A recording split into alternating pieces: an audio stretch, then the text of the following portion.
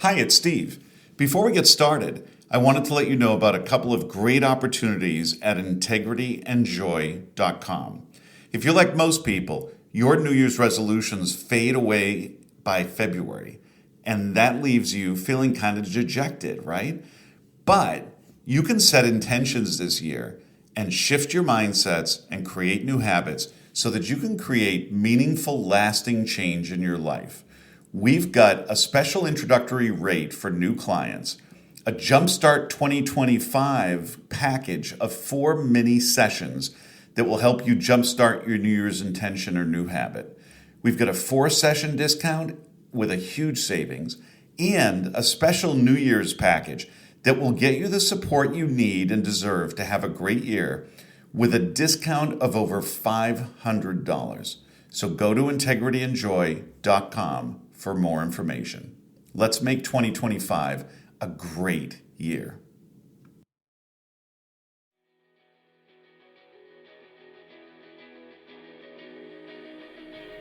Welcome to Integrity and Joy. I'm Steve Walker. This is episode 6 of Integrity and Joy, 5 Keys to Having a Healthy Relationship.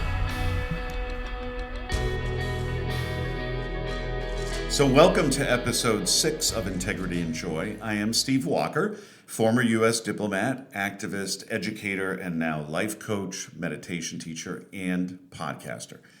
So welcome. If this is your first time with us, thanks for tuning in. I hope you go back and listen to some of the earlier episodes. And if this is a repeat visit for you, thank you so much for coming back. It means a lot. I hope you're following us on whatever platform you get your podcast and that you will leave a rating and a review. If you like what you're hearing, please give us a 5-star review. We can get this podcast in front of more people who would like to hear it. So thank you. And please share with other people. So far here we are, this is the 6th episode. And I think there's some really interesting themes emerging already in terms of living a good life, figuring out your path in life. I think we've heard, stories so far of people who really have been thoughtful and intentional, but really flexible and adaptable as life and the circumstances of life go on. And I think that's an important lesson.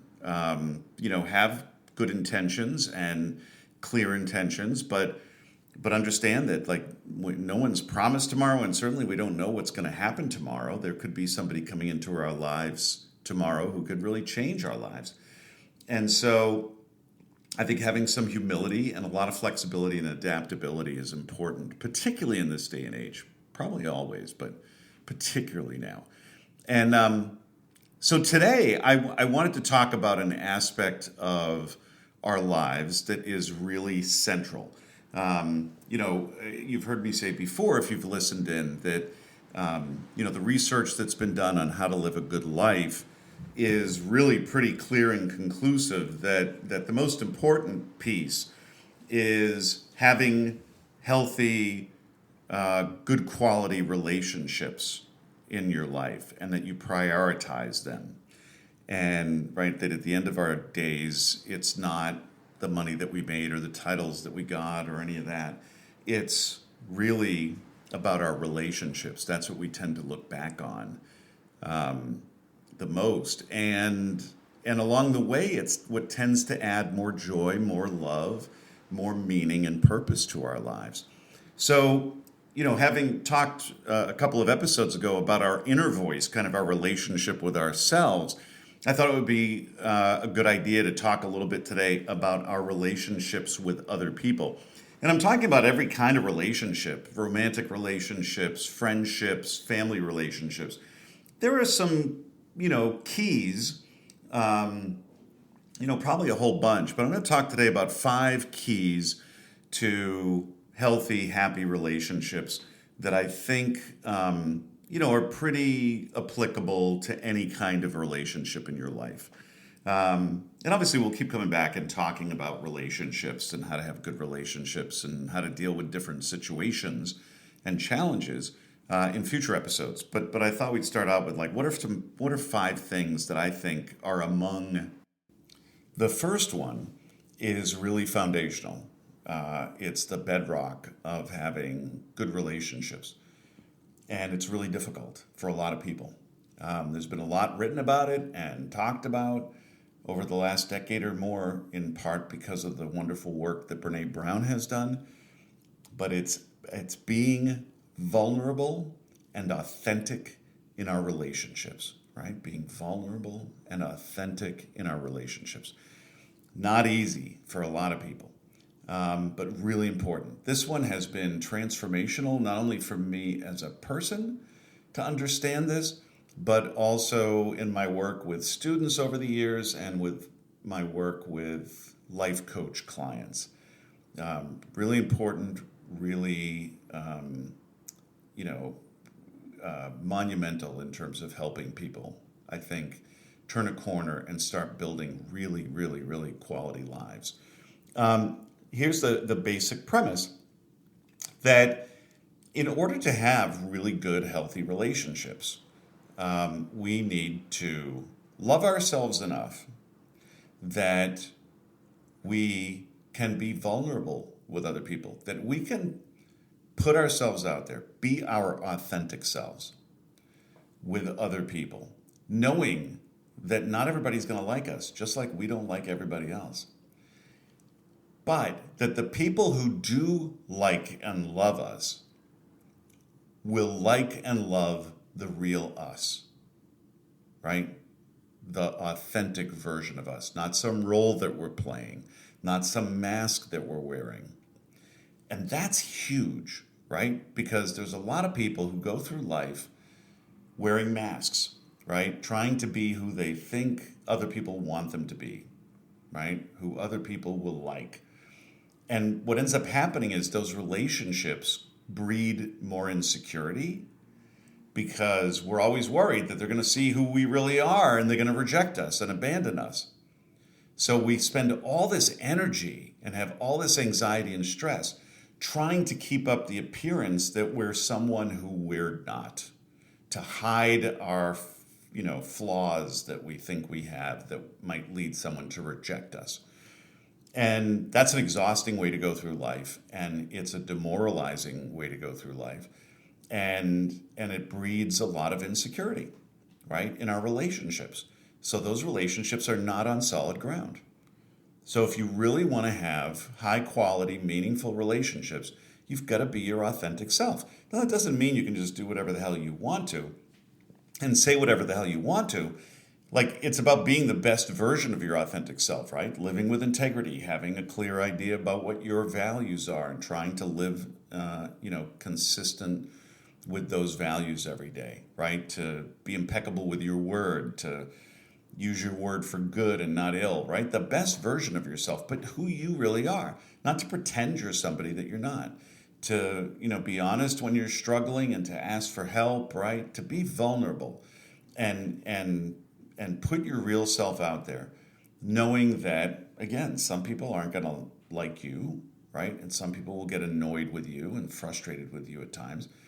But that's okay, right? If you're on a path where you're trying to become a better version of yourself and do it in a way that you can be authentic, right? And it feels true to you, then the relationships that you have will get stronger and you will feel secure in those relationships, right? Because you will know that those people like and love you because of who you really are. So that's huge. That's a first really important one, right? And we'll probably talk about that more in future episodes, but that's a non-negotiable. You've got to get to a place where you can be vulnerable with other people and be your best version of your authentic self, right? Second, understanding and tending to your emotional bank account. So, in a way, like we have our own individual emotional bank accounts and we have emotional bank accounts in each of our relationships. The idea is that there's a certain amount of emotional energy, capacity, in a relationship, trust, goodwill, patience, right? In any relationship, whether it's with yourself or with other people. And that we're constantly making deposits and withdrawals. So when you think about relationships with other people and those emotional bank accounts, we make deposits by doing things that show that we care about the person, that show empathy and compassion, when we validate people, when we help them feel loved and cared for, when we do nice things for them, right? If you think about the 5 love languages, when we do things that help them feel loved, right? Maybe doing acts of service or, sprinkling words of affirmation, right? Giving them a hug, whatever. We make, hopefully, a lot of deposits. And we make withdrawals, right? We ask for support or receive support from them. We sometimes do things that piss them off, right? Or that erode trust in the relationship, right? We might be dishonest. We might, thinking about what we were just talking about, be inauthentic, right? Pretend that we're someone that we're not. And these things all are withdrawals, right? When we have arguments, when we try to win a fight with them, when we name call, right? When we don't follow through with something that we promised them we would do, right? Those are all withdrawals. And we need to make sure that we're making more deposits and bigger deposits than we are making withdrawals. Otherwise, the relationship is not going to be healthy. It's not going to be on solid ground. And at some point, it might be in danger. So we need to make regular, thoughtful, purposeful deposits into the emotional bank account so it's always, hopefully, running at a high enough level, right? Because we're going to need to make some withdrawals. There are going to be crises and problems and disagreements, right? We're going to screw up at times, right? There are things that are going to happen that are going to require withdrawals. And we need to make sure that there's plenty there in that emotional bank account. Along the way, particularly when things are good, we got to make sure that we're putting deposits in and not taking that relationship for granted, which is something that some of us tend to do, right? That when things are going well, we take the relationship for granted and we don't make deposits into the emotional bank account, right? We don't do the nice things. We don't spend the quality time. We don't express gratitude as much, right? We don't do the little gestures, right?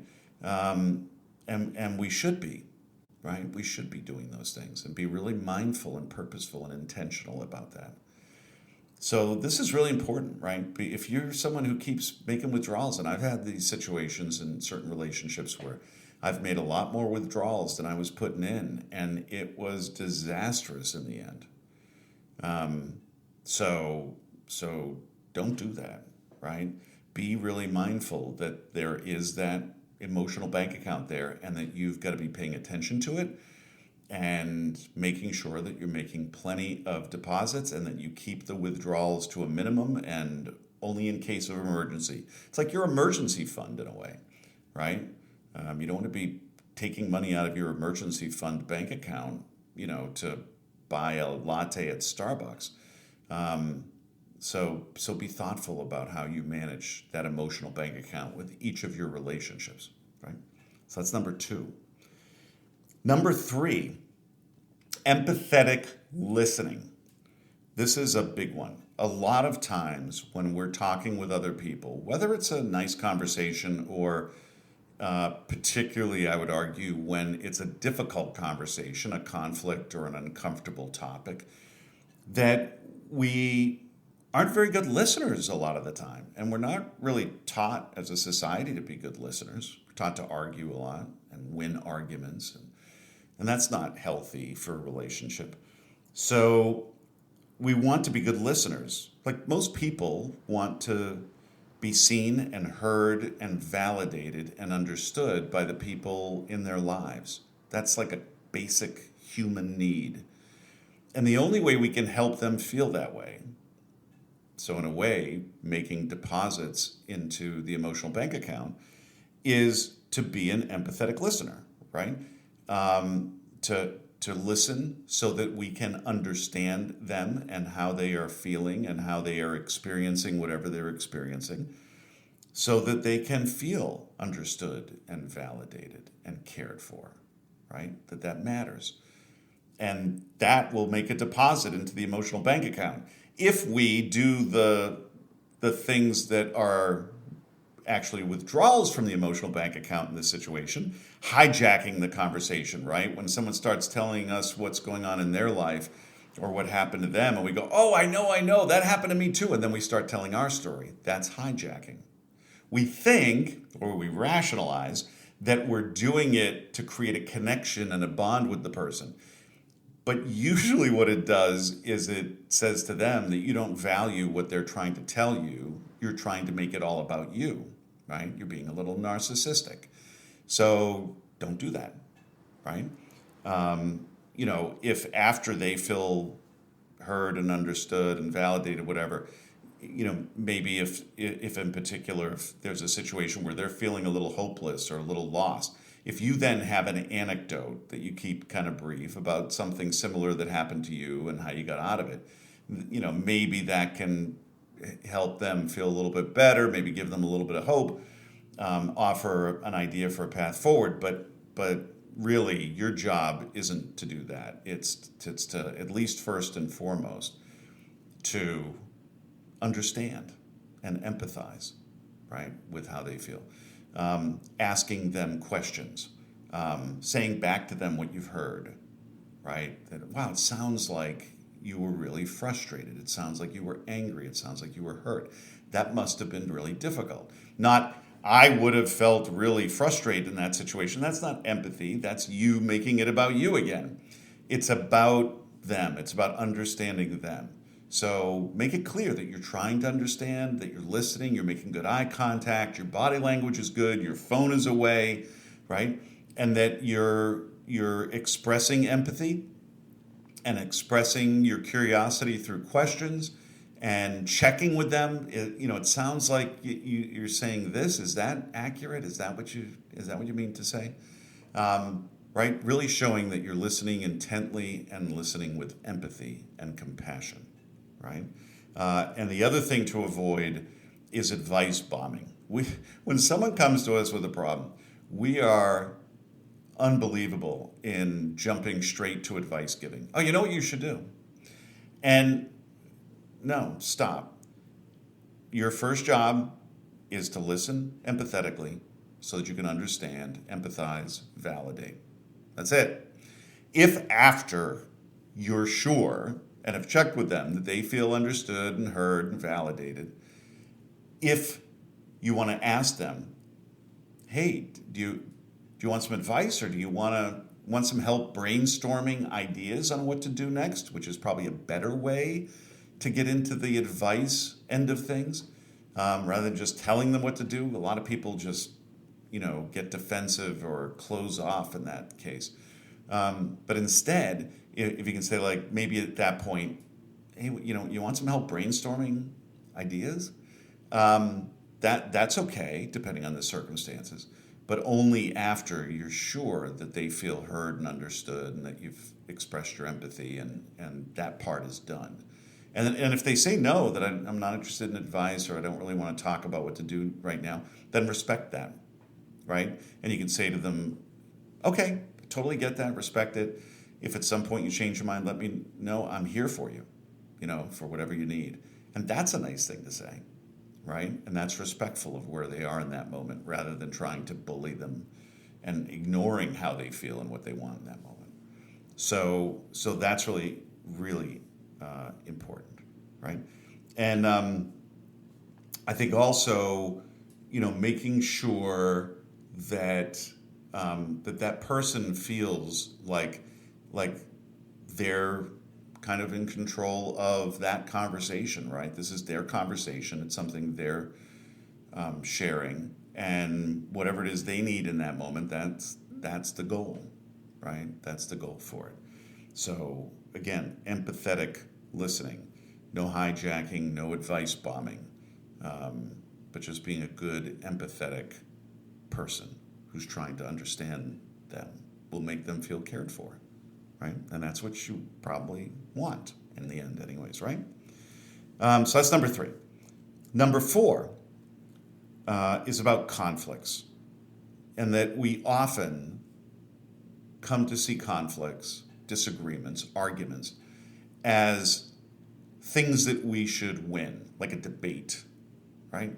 And so just as, when I was just talking about being a good empathetic listener, oftentimes when someone's telling us something, we're rehearsing in our heads what we're going to say in response, right? So in the case of like hijacking or advice bombing, like someone's telling us what's going on in their life and we're already like rehearsing in our head or trying to brainstorm in our heads what we're going to say about something that happened to us or advice bombing that we're going to engage in. But that's not good. We want to be listening, not distracted. And so similarly, when we're having a conflict or a disagreement or an argument with somebody, we are often just preparing and rehearsing our counter arguments, our rebuttals in our heads instead of actually listening to them. And what we should be doing is seeing disagreements and arguments and conflicts with other people in our lives, certainly anybody that we care about, as a problem to solve together. That we're on the same team and we're trying to solve the problem together. We're not trying to win. We want to find a win-win where we both feel like we got something of what we needed out of that situation. Because if you really care about someone, why would you want to make them lose ever? Right? Think about like your partner or your kid or your parent or your sibling or your best friend. Like, why would you ever want them to lose? If you love them, if you care about them, you don't want them to lose ever, right? You want to help them and support them. So get out of the win-lose mindset and the debate and winning and all that. Get into the problem solving and even say to the other person, I know we've got this disagreement right now or this conflict, but let's look at it as a problem together. We're on the same side. I love you. I care about you. You're important. If it's somebody at work, you say like, look, our partnership, our collaboration, our, relationship here at work, being on the same team, like matters to me. Let's figure this out together. We can figure this out together, right? Two brains are better than one, and let's problem solve this together. And then do some empathetic listening, right? Ask them to explain themselves first. And listen empathetically, listen to understand first.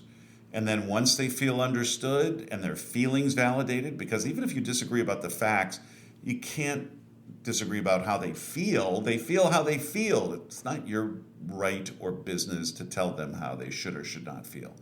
So really focus on empathetic listening so you can figure out like, okay, what do they really want? And help them figure out what they really want out of the situation. And then once they feel heard and understood and have some clarity about what they really want, then it can be your turn and you can say to them, like, is it okay if I go now? And then do the same thing yourself and then brainstorm together, right? Like, okay, let's brainstorm some ideas. What could we do that could move us forward and give us each at least some piece of what we are looking for right now? And do it together and listen to each other and don't criticize each other's ideas. Just listen and take everything into play and then try to work it out together, right? And that's important, right? That's a trust building. You can turn a conflict or an argument or a disagreement into something that is a huge deposit in your emotional bank account, right? By handling it that way. If you handle it like a conflict, like an argument, you're trying to win and you do some name calling and bringing up old stuff, you are going to make huge withdrawals from your emotional bank account in that relationship. So instead, treat it like a problem to solve together on the same team, and you will, in almost all certainty, make a big deposit into the emotional bank account with that relationship. So that's a real paradigm shift for many, many people. So So that's number 4. That's a big one. That's been a real big epiphany for me in recent years. And then number 5, so important, again, often neglected, but so important, is to make sure that you create opportunities on a regular basis for having more fun, more laughter together, and probably spending more time outside. Because things feel different when you're outside, particularly when you're in nature and you're walking in the woods or along the water or whatever. Like, stress goes down, right? You're feeling better. Maybe get a little rush of endorphins or dopamine, right, in a healthy way. It helps. So make sure that in your important relationships, you're creating time to do fun things together, to laugh together, to go listen to live music, right? Go to the movies, to, if you're into museums and art, go to an art gallery or a museum. Again, be outside, go for a hike, a bike ride. If you're both into pickleball, do that, whatever. Create time. My family does game night on a regular basis. It's huge.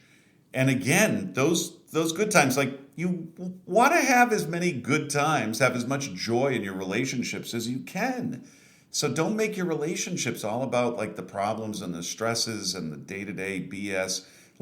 Make time, even if it's just small moments of time on a regular basis, to have fun, to laugh, right? To do things that really play into your sense of wonderment and awe. My cousin and I, a couple of months ago, we were out looking for a comet. It was just a wonderful moment. We didn't see it, but we were looking for the comet, and it was just wonderful.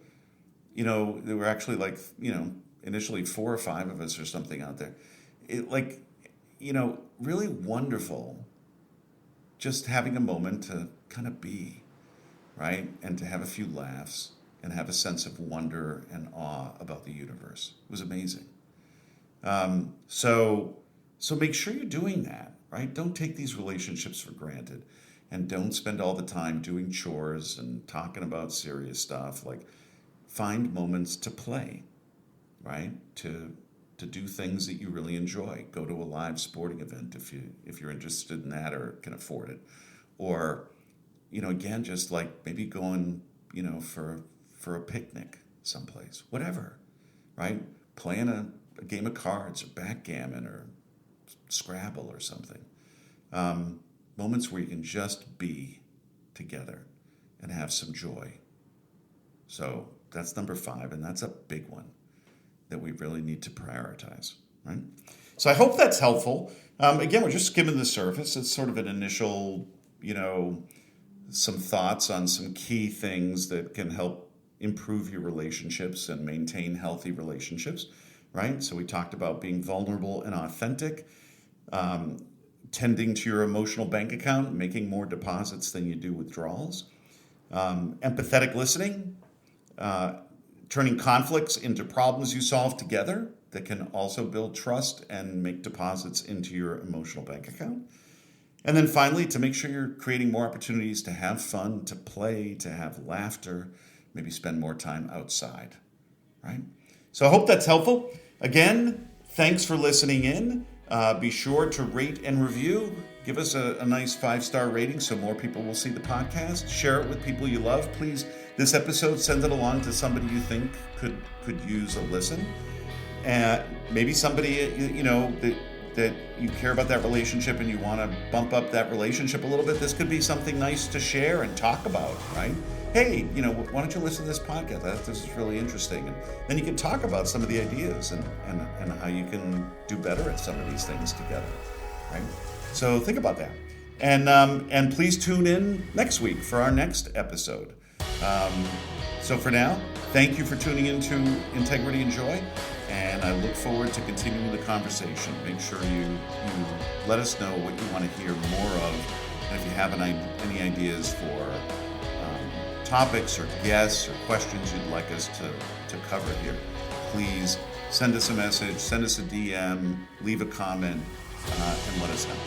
Thanks a lot. Have a great rest of your day.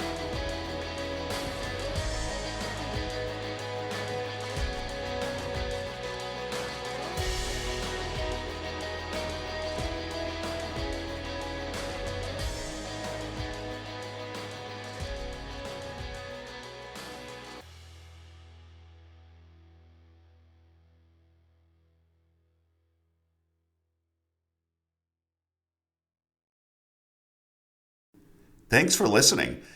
If today's episode resonated with you, imagine what we could accomplish together in a one-to-one coaching session.